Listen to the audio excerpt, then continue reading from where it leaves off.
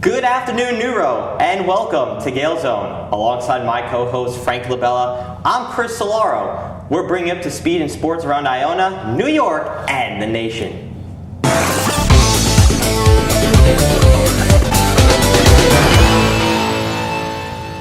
Iona men's lacrosse team returned to Mazzella Field on Saturday to face Quinnipiac, who was riding a 2-game win streak entering the match. After keeping the first half close, the Gaels couldn't fend off the Bobcats' scoring push in the late 20 minutes.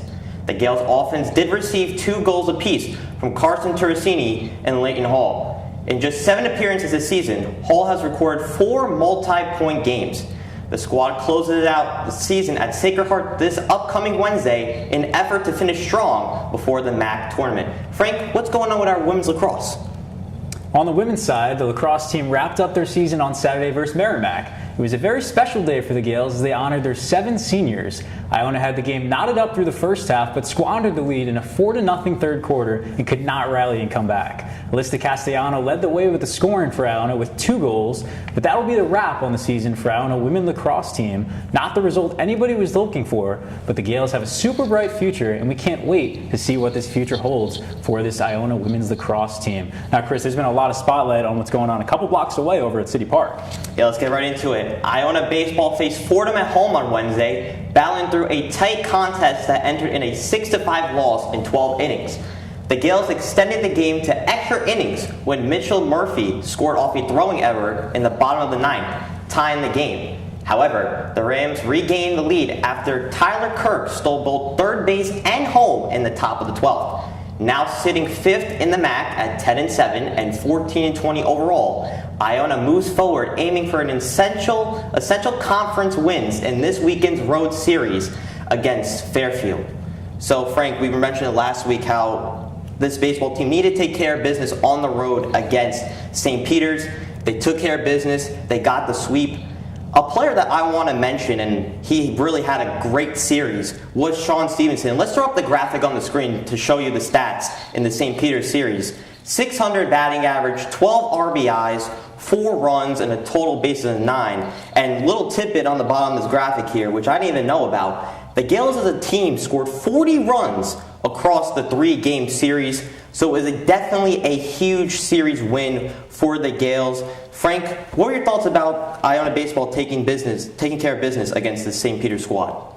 I mean, as you just saw, Chris, on that graphic, they got it done on the offensive side. They substantially improved, especially in the bottom of the lineup. Now, Sean Stevenson and Malachi Costello beside him have been prolific in the middle of that order, but the bottom of the lineup has been what I'm watching. Nicholas Mora, who's been at the bottom, but he also batted second in that 12-inning game versus Fordham. You got Cole Sylvia down there. The 7, 8, 9 have been producing lately, and that's what we've been highlighting in these last couple of weeks. Keep it strong there and throw it back to the top of the order where the runs are already in position to be scored and brought around. So they swept St. Peter's, and this was a series that we were keying in on because it's one that you got to take in this MAC conference where it's so many stat discrepancies. St. Peter's was at the bottom, and you really had to take that series against a team with a rough eye, and the pitching really was as good as it should have been. But as you said on that graphic, with how many runs that were scored in that series, suddenly the hitting has come to life really all around this lineup. Definitely, for sure. Now let's talk about this weekend series, Frank, because this is a very big series for our Iona baseball team.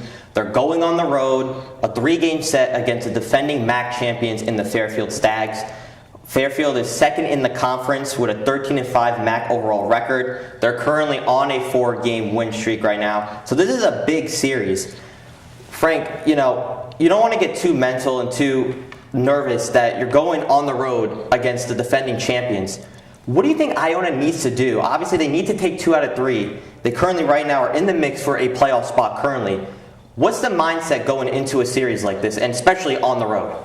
I think the pitching for the Gaels has to be stellar in this series. The bullpen's got to be ready to get up at any point in this series, especially since even your front of the order on Friday, your Piams, your ace starter, hasn't been so much at the top of his game recently. The pitching is going to have to be prolific in this series, especially since the pitching for Fairfield is pretty much the best in the MAC conference right now in strikeouts, in earned runs allowed, just about everywhere. Fairfield is dominant in their pitching category, and now you're facing them on the road. It's going to be tough going up against that pitching. The hitting is going to have to stay poised for Iona. So in the pitching standpoint, standpoint, it's going to be a rough one. And they allowed 8 walks in this Fordham game that brought them to 12 innings. It was a very close game, but that was a winnable game if the pitching wasn't as stagnant and keeping runners off the bases just due to base on balls. Iron has a big series ahead of them this weekend, going on the road, facing the Fairfield Sags, the defending MAC championship. They start game 1 of a 3-game set today. Let's move it over now to Iona softball, Frank, and take it away for us. The Gael softball team is currently in the midst of a 5-game losing streak up until today. On the bright side for Iona, only 2 of those losses came against in-conference teams. Iona played a doubleheader at Sacred Heart this week and a single game against St. John's, dropping them all. The Gaels have a huge 3-game set at the Rice Oval this weekend, taking on St. Peter's, 1 game back of the MAC playoffs. Make sure to check out Game 2 of the doubleheader on ESPN Plus on today and for Senior Day on Saturday. This softball team who had a bit of a rough outing this week. You come off of a 5-game win streak and head straight into a 5-game losing streak, and suddenly you're a bit under 500. Now, they highlighted this lineup with the player Sarah Pena, who's in the top 4. We've talked in the last couple of weeks about multiple different batters at the top of this order, and I want to highlight Sarah Pena when we throw up the graphic here, batting .556 across 3 games. Prior to today, it is even higher as she had another 3-hit performance in the first game of today's doubleheader, in which the Gaels won 6-1 over St. Peter's in this home opener game of this series. St. Peter's is on a 6-game losing streak, but Sarah Pena has been at the top of this order and just been dominating these last couple of games for the Gaels. But outside of her, the problem has been past Lichner, past Fisher, and then past Pena. What's going on at the bottom of this lineup that can really keep things moving around these bases? Yeah, they definitely, on the bottom half of the lineup, they definitely have to produce. They definitely got to get some runs across. Obviously, you mentioned they played today before we came on the air. They did win. 6-1 was the final score. Melissa Gordon, 109 pitches thrown in that game. Olivia Lynchner had 2 RBIs. Haley Guerrero had a home run as well. Even, Sarah Pena, who we mentioned before, 3 hits and 2 RBIs as well. Really, I think as we go into this next game, which is going to be coming up in probably around 20 minutes from now, so make sure you check it out on ESPN+. Be interested to see how that bottom half of the lineup does work against the St. Peter's squad. What do you think in these next 2 games they have to do besides the bottom half of the lineup producing? This team just has to directly attack this pitching from St. Peter's. They're not a great prolific pitching team, and the top of the order, as we said, is attack heavy. They can swing and they can hit, they can mash. Guerrero hit a homer today. A couple of other hitters did great in this first game of the series. I think they can attack so easily. And I'm no doctor, but I do want to diagnose these first couple of games this week. Game 1 versus Sacred Heart, because I think there was a different issue in each of these games. That first game, they left 10 runners on base. You're putting runners in scoring position, and they just couldn't seem to move around the bases. Then the second game versus Sacred Heart, you only have 2 hits. The opening starter for the opposing team goes the complete game, and that happened in both of those games. So it was a different issue in both of those first 2 games, and then in Game 3, the one on Wednesday versus St. John's, this Gaels team struck out 13 times. That was simply just not putting the ball in play, not getting runners on base. The hitting was there, but when they weren't making mashing contact, they weren't making any contact at all. So really, it's been a different problem in every game, and I think they just have to be attack heavy in this St. Peter's series, like they were today. They came out, got the win. Great performance today. Yeah, great performance. Final score 6-1. They now have a doubleheader. Next game should be going on in just a few minutes, so make sure you check that game out on ESPN+. Moving over now to some acro and tumbling. In its second consecutive NCATA National Championships, the 6th-seeded Iona Acrobatics and Tumbling team lost to the 3rd-seeded Quinnipiac in the quarterfinals out in California by a score 258.090 to 245.805. The Gaels maintained their competitiveness throughout the competition, winning both the acro and pyramid events and putting on a number of impressive individual heat performances. Quinnipiac surged away in the second half with impressive performances in the toss, tumbling, and team events, even though they had closed the lead at halftime. Iona will now await the results from other quarterfinals to see if they qualify for Sunday's final event. We move it over now from our Iona segment to a pro segment of the show. We're going to kick off with some baseball, and let's talk about those New York Yankees, Frank. Give us away for us. Those New York Yankees, coming off a 3-game sweep of the Kansas City Royals, look to carry the momentum against the rival Boston Red Sox. In Game 1, in the second inning, Stanton hit a homer to make it 1-0 Yanks, and in the 6th, he hit a 2-run double to make it 3-0. Grichuk would hit an RBI double to make it 4-0 in the 8th, winning the game 4-0 as the Sox did not generate any offense. In Game 2, it would be ace Max Fried looking to win in the series and make it 5 in a row. In the first inning, Ahmed Rosario would hit a 3-run home run to make it 3-0, and in the third, hit a sacrifice fly to make it 4-0. it would be a quiet game until the Sox scored 1 run late in the 9th, but Fried would go 8 innings pitched to make the Yankees victorious 4-1. As the Yanks looked to sweep Game 3, they gave the ball to Massachusetts native Cam Schlittler. In the 2nd, Mayer would hit an RBI double, but in the 5th, Jazz Chisholm responded with his first homer of the year, but Narvaez would get one of his own to make it 2-1 Sox. That would be all for the Sox, as Cody would hit a 2-run RBI single and Aaron Judge would get an RBI single to win the game 4-2. Cam Schlittler would go an 8-inning run to secure the sweep of the rival Boston Red Sox. The Yankees now sit first in this AL East at a 16-9 record. It looked like a worrisome stretch that they had for a little bit on a 6-game losing streak. They were tying up across in Queens with the Mets for a big losing streak, but certainly things have come back together. And I want to point out the pitching especially. Let's throw up a graphic on how touching this starting pitching from the Yankees has been thus far. Talk about quality performing. 6 quality starts in the last 6 games from this starting pitcher, from Fried to Schlittler to Weathers to Heel. It's been really all around, and these guys have been nonstop, just suffocating opposing lineups. Look at that ERA through the last 6 games. The problem with these opposing lineups is that once you finally get the starter out of the game, it's already the 7th inning, and now you got to figure out a reliever. So these starting pitchers are just not giving these teams a chance whatsoever. Yeah, and especially this is a pitching squad without Rodon, without Cole. So you got to think for a second, like, listen, this pitching staff is really good. And in 11 of the 27 innings, the Yankees pitchers retired the Red Sox on 11 or fewer pitches. That just shows you how dominant this pitching staff has been. 33 Red Sox hitters saw 1 or 2 pitches in their at-bats. Obviously now, let's talk about their upcoming series against Houston. Houston currently right now 10-16, currently last in the AL West. As a team, the Houston Astros are batting .259, which is 4th in baseball. And they actually, right now, I know it's just the beginning of the season, but currently lead in pitching. Coming off of this Red Sox series, and we know the whole thing between the Red Sox and the Yankees, it was a big deal for the Yankees to go into Fenway Park, their opposing players' ballpark, and taking all 3 games from Boston, which was huge for them. What do you think they need to do in this Astros series to kind of continue that momentum? It's going to be all in the offensive standpoint, because I believe so heavily in this pitching staff right now, which is ranking 1st in the league, lowest runs allowed in the league. The Yankees are only allowing 3.04 runs per game right now. That doesn't allow you to have to do a lot on the offensive standpoint. Even if the batters in the middle of this lineup are struggling, there's just so much that needs to be taken care of from a pitching standpoint right now. It's all day for the Yankees pitching staff right now. And the middle of the lineup, as good as it's been right now, when Ben Rice can slide to the top, Aaron Judge can be in the middle of it. Anything's working for the hitting right now. And Ben Rice, who's really a top hitter in baseball right now and leading this team in hits with 20 less at bats than Aaron Judge, because he's sitting against lefties most of the time. It's really great all around for the Yankees. And I want to point out, when we're talking about this pitching as well, the cavalry is still coming as well. You have Garrett Cole, who's just a month out. He's been an all-star in 5 of the last 6 full seasons that he's played. Then you have Rodon making 3 rehab starts, the first of which tonight. He was a Cy Young candidate last year. And then I don't imagine this is going to tickle any fantasies of Yankees fans here, but Anthony Volpe is a Somerset Patriot right now. On his way back, Jose Caballero has stepped up at the shortstop position and is batting nearly .240 right now. But you're getting a lot of your starters back right now, including your starting shortstop. Yeah, definitely for sure. So the Yankees currently on a 3-game winning streak, heading over to play the Houston Astros. We talk about the Yankees, and let's talk about the Mets. And last time we came on the show, they were on a losing streak. But ladies and gentlemen, they finally won a game, and we're going to get into it right now. The New York Mets returned to Citi Field to take on the Minnesota Twins in a 3-game series.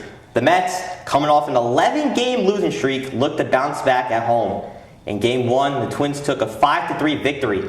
The Mets got on the board first with a 3-run shot by Francisco Lindor. The Mets led most of the game due to dominant pitching from their 2-year phenom, Nolan McLean. He pitched 5 scoreless innings and recorded 10 strikeouts. The Twins broke through in the 6th and 9th inning. Byron Buxton hit a 2-run shot. The Twins delivered 2 clutch singles in the 7th and 9th, tying the game and scoring the go-ahead run. In Game 2, the Mets responded by winning 3-2. The Mets took a 1-0 lead on an infield RBI single by Lindor, followed by a double by Francisco Alvarez, making it 2-1. The Twins responded with a home run by Byron Buxton. The game was neck and neck until the 8th inning. Mark Vientos scored the go-ahead run for the Mets, making it 3-2. Reliever Luke Weaver got the last 3 outs in the 9th to secure the win and snapping the losing streak. In Game 3, the Twins grabbed the lead by forcing in a run and making it 1-0. The Mets responded with a 3-run shot by Brett Beatty. In the 2nd, Marcus Semien scored on a wild pitch, Francisco Alvarez hit a sacrifice fly, and Luis Robert Jr. drove in a run with a double, making it 6-1. The Twins cut the lead to 7-3. In the top of the 8th, Ryan Jeffers hit a grand slam, tying the game at 7-7. Bo Bichette hit a bases-clearing double, giving the Mets a 10-7 lead. Devin Williams closed out the game, securing the 10-8 win. The Mets look to continue their momentum against the Colorado Rockies this season. If you're a Mets fan right now, I'm happy. They finally did it. They snapped that horrific losing streak. It feels good to finally win a baseball game, Frank, since the beginning of April, which is crazy to think. And you could just see in that dugout, in that clubhouse, how daunting it was. Listen, there was going to be a time when they're going to win, and they finally did it.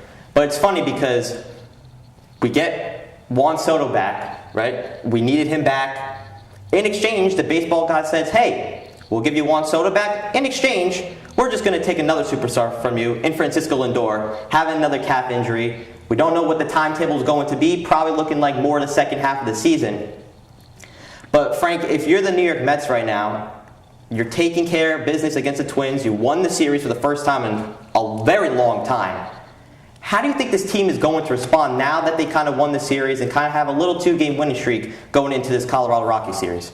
To be honest with you, Chris, this team is so far down in the dumps right now that I imagine morale is pretty low. And I want to be an optimist here and say that despite Lindor taking the seat here and Soto coming back, there's going to be high roads here for the Mets to climb upon. Now, Lindor, it's a little bit ironic, and I do feel sorry about this. But we talked about last week Lindor needing a little bit of a reset, taking a seat, maybe being benched at some point. So hopefully we imagine when he comes back, he's going to be stronger and better than ever. He's going to take some time health-wise and mentally, try to reset his game a little bit in these weeks that he's out. Now, I have heard that the injury is going to be a little bit more severe than that of Juan Soto, so we hope the best for him. But when he comes back, maybe he will be a better player. So this Mets team who's trying to climb out of a hole right now, luckily for them, the Phillies picked up their shovel and started digging their own. Now the Phillies have the worst record in the league and are suddenly the bottom of the NL East. So the Mets aren't last in their division right now, but that division's not looking pretty. The Braves are much far ahead, and Atlanta's going to keep rolling this season from what we can say. But one stat I do want to paint here before I hand it back to you. No team has ever made the postseason after a 12-game losing streak in MLB history. That has happened 138 times. This will be the 139th. Now, it is important to note, it's likely that you'd rather have it now than in the month of August, but unfortunately, there's no really good way to paint that losing streak that we just saw. Yeah, no, and just let's talk about the offense real quick. We're only like 25 games or so into the season, but let's take a look at the graphic on the screen here and show you the numbers. And like that graphic says right there, panic button.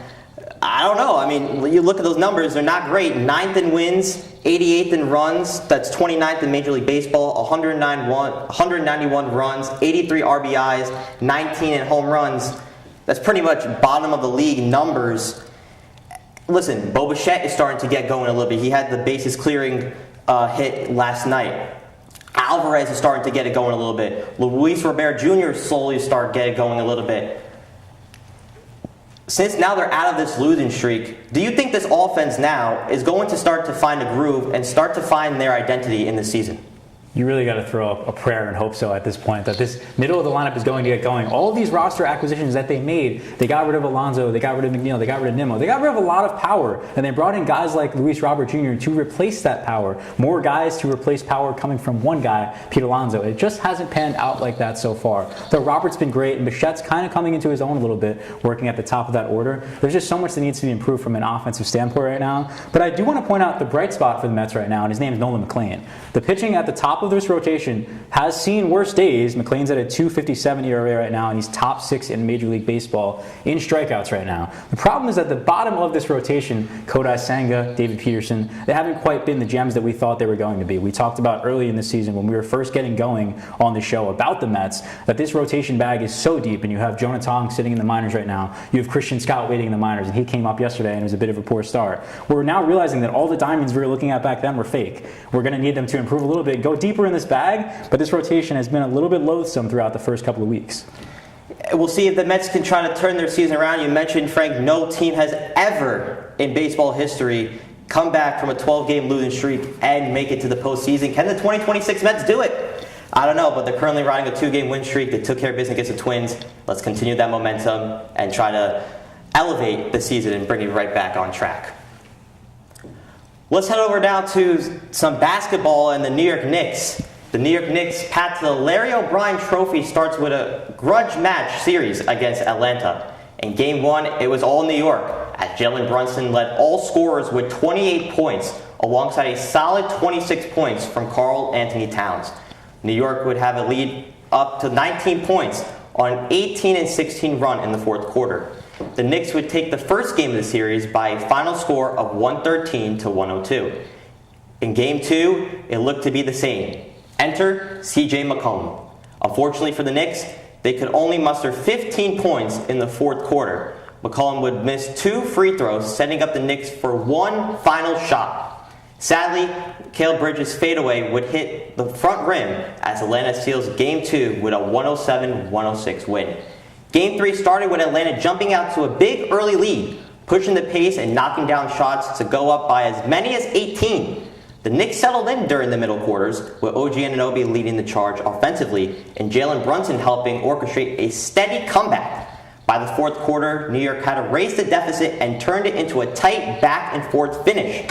In the final moments, same guy again, C.J. McCollum hit a clutch mid-range jumper to put Atlanta ahead, and the Knicks' last possession ended in a costly turnover. The Hawks held on to a 109-108 win, capitalizing on late-game execution to take control of the series. Game 4 is on Saturday in Atlanta. We mentioned here, Frank, on the show that with this Knicks team, it's kind of championship or bust for this team. Obviously, they took care of business in Game 1 in the Garden. Game 2 was a very competitive game, and the Hawks were able to steal a game. Yesterday, it was all the Hawks' game. Then the New York team kind of chipped away at that lead. They made it tight and competitive, like I mentioned. And then the evil hero himself, Mr. C.J. McCollum, just put that basket in and has Atlanta on a 2-1 series lead. And let's take a look at the graphic on the screen and compare Jalen Brunson to, yes, you heard it, C.J. McCollum. We're going to keep saying that name a lot during this discussion. But you just look at the points there. 27.3 points for Brunson, 27 points for Mr. C.J. McCollum. McCollum, absolutely right there, McCollum hit the game winner with 12.5 seconds left in Game 3. Frank, my question to you is, are you concerned with this Knicks team right now in the series? To be honest with you, I'm a little bit concerned, but this isn't a series that I expected to be a sweep. We said 5, maybe 6 games entering the series, and then it was going to be a plausible one for the Hawks to really have a shot in the series. This is a team that can easily match the Knicks' intensity, one that they don't see often. You come into the Garden, and the Hawks really get their stuff done. We talked about this team being an assist-heavy team. They move the ball well, they move in transition well, and in these first couple of games, they're averaging over 18 fast break points per game, so they're really getting out. But the Knicks are also doing the same thing. There really aren't a lot of stat discrepancies, as we saw in that graphic that you showed. And this is a show where we talk about other people a lot, and we talk about the players, we talk about everything going on in the sports world. But every now and then I do want to sit back and admire the words that come out of our mouth, because I did bring up C.J. McCollum's name last week, and I said this is going to be a big factor. It was an underrated transaction that the Hawks made because everybody looked at that Trae Young deal as a negative. He comes out and he's averaging the same numbers pretty much that Jalen Brunson is doing in the scoring category. He's leading this team to the promised land, and he's giving this Knicks team a little bit of a struggle. And to be honest, if I'm the Boston Celtics right now, I'm licking my lips just a little bit, even though I have bigger fish to fry with Philly right now. Yeah, now that, the Hawks have this 2-1 advantage lead, what do you think the message is in that Knicks locker room? Because they know that they got back the lead, and then they kind of let the lead slip away in those final seconds. If you're Mike Brown in that locker room and you're the Knicks team, what's the message for going into this game on Saturday? It's just got to be moving the ball well, not turning it over. The turnovers haven't been an issue, and they've been keeping that pretty steady. That's one stat that these teams have been pretty even in. But moving the ball well is something that the Knicks do excel at usually. And when their scoring is spread, that is when this New York team is at its best. When you have all 5 players scoring in double digits in the starting lineup, that's when this team moves really well. And last game, we didn't see that so much. It was a 30 bomb from Anunoby. It was almost a 30 bomb from Brunson. It wasn't as spread, and that's what the Knicks really need to do, and that's what Brown should be talking to them about. So we'll see if the New York Knicks can tie up the series on Saturday. Let's talk about football, Frank. Yesterday was the NFL draft, both Giants and Jets picking in the first round. What do you got on that for us? It was a very special time in the world of football last night. 32 college kids' hopes and dreams were realized in the first round of the 2026 NFL Draft. Both the Giants and the Jets obtained multiple picks in the first 32. The New York Giants opened the night by addressing defense at number 5, selecting Arvell Reese to anchor their early round plan. They followed it up at number 10 with Francis Mauigoa, focusing on strengthening the offensive line and building a more physical identity up front. The New York Jets took a more aggressive, playmaker-heavy approach, starting at number 2 with David Bailey. They continued adding weapons at number 16 with Kenyon Sadiq, then traded back into the first round at number 30 to select Omar Cooper, rounding out a high-upside offensive haul. This was a night that was obviously high anticipated in the sports world. The NFL draft is always a huge thing, but it was bigger than ever in New York because the Jets and Giants had multiple picks in the top 10, Jets having the 2 pick, Giants having 5 and 10. It was a more contested draft than you really can imagine in both of our lifetimes, one where you don't know what's going on in the top 5. Mock drafts were swaying just about every day about who was going to go after Fernando Mendoza at the 1 to the Raiders. And the big debate of the night really was whether the Jets were going to go in the direction of OSU defender Arvell Reese or go to Texas Tech David Bailey. Ultimately, they go in the direction of Bailey at that 2 pick. And then Reese, surprisingly, keeps sliding down to the 5 pick. So the Giants, who were in a position where, do you want to look at Jeremiah Love if he gets there? Do you want to talk defense? Do you want to talk receiver at number 5? Once Reese got to the 5, it felt clear as day where that's the direction you got to go. Yeah, definitely that's the direction we want to go. And I think Giants fans could be happy about who they picked.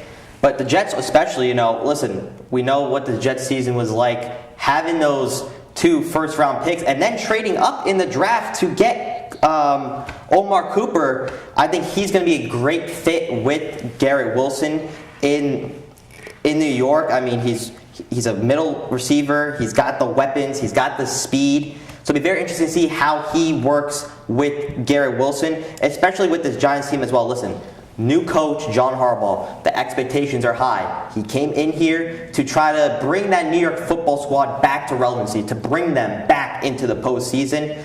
Listen, this is only round 1. There's two other rounds. We'll see what both the Jets and especially the Giants do in this draft. But thus far, I think both teams have their future set. And I think it's going to be very interesting to see what these draft picks can do with the rest of the group of the squads they have for this upcoming season. And it was a bit different of a draft than we're normally used to. Not only in the fact that nobody really knew what was going on in the top 10, but you really didn't see a lot of quarterbacks in the first round. It was because of the fact that Dante Moore ended up going back to school. He was supposed to be the number 2 pick for the Jets. They were going to get their savior. Then suddenly they had to go talk Geno Smith, and there was a whole different approach that the Jets were taking to this draft. So they go out and get Bailey, they go out and get a tight end in Sadiq, and then as you said, Cooper, a great wide receiver too, alongside Garrett Wilson. If Wilson can stay healthy this season, you also have Breece Hall, who you hope has a solid performance in the rest of his career as a Jet if he stays much longer. But without many QBs on the board, it was really weird how these teams were going to approach it. So the Jets this season, it's going to be an interesting outlook because still, the problem is arguably the quarterback position. You have to wonder, did Geno Smith get written off yet? And that's been the debate of just about the last 5 years. He doesn't think he has, but when he's moving from team to team, it's hard to believe in a guy of that caliber.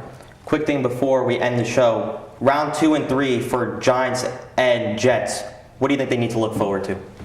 I think the Giants are going to be looking a little bit more on the offensive side because I think the defense looks great right now. They got their defensive end in Arvell Reese to replace Dexter Lawrence, who they just lost. But now they want to up the offensive firepower just a little bit. You got Francis Mauigoa, the offensive lineman, who already told Dart he's going to protect him with his life. And that's what you like to hear out of your offensive lineman when you spend such a high pick on him and a top 10 pick of that matter. Now you got to go out and get more power along the receiving side, especially because they were looking at possibly Tyson to come in and be their receiving help alongside Malik Neighbors, who you hope comes back at full strength and is as good of a receiver as he was prior to his injury. But outside of that now, you got to hope for better things. Scadaboo, hopefully when he comes back, is as good as you thought he was before his injury. But again, we have no guarantees that they're going to be that solid. They didn't have any guarantees to the point where they thought they were going to pick up Jeremiah Love if he fell to the 5. So now you have to think outside of those two on the offensive end, how much more can you help Jackson Dart on the offense? Both the Jets and Giants futures look bright for New York, and we can now see what they do for the rest of the draft.